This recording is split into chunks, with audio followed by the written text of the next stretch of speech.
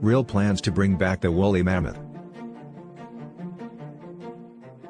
A company named Colossal aims to bring thousands of woolly mammoths back to Siberia with $15 million in private funding. But some scientists are deeply skeptical that will happen.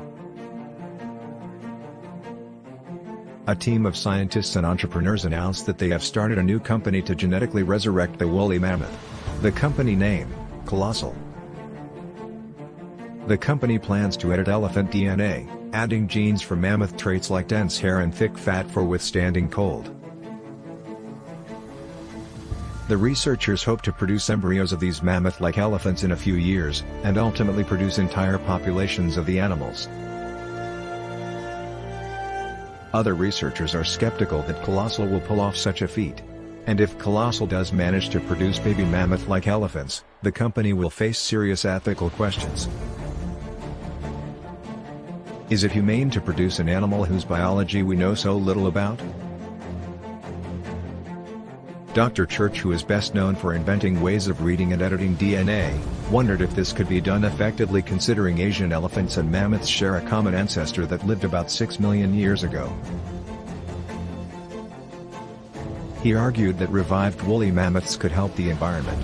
Today the tundra of Siberia and North America where animals once grazed is rapidly warming and releasing carbon dioxide. Mammoths are hypothetically a solution to this, he stated in his argument. Today the tundra is covered by moss, but when mammoths were around, it was largely grassland. Some researchers argued that mammoths were ecosystem engineers, maintaining the grasslands by breaking up the moss, knocking down trees and providing fertilizer with their droppings. Russian ecologists have imported bison and other living species to a preserve in Siberia, in hopes of turning the tundra back to grasslands. Dr. Church argued that the resurrected woolly mammoth would be able to do this more effectively. The restored grassland would keep the soil from melting and eroding, and might even lock away heat trapping carbon dioxide, and help with global warming. What do you think about that? For more information about this, just go to Google. Most of the information in this video came from the New York Times Online. Thanks for watching.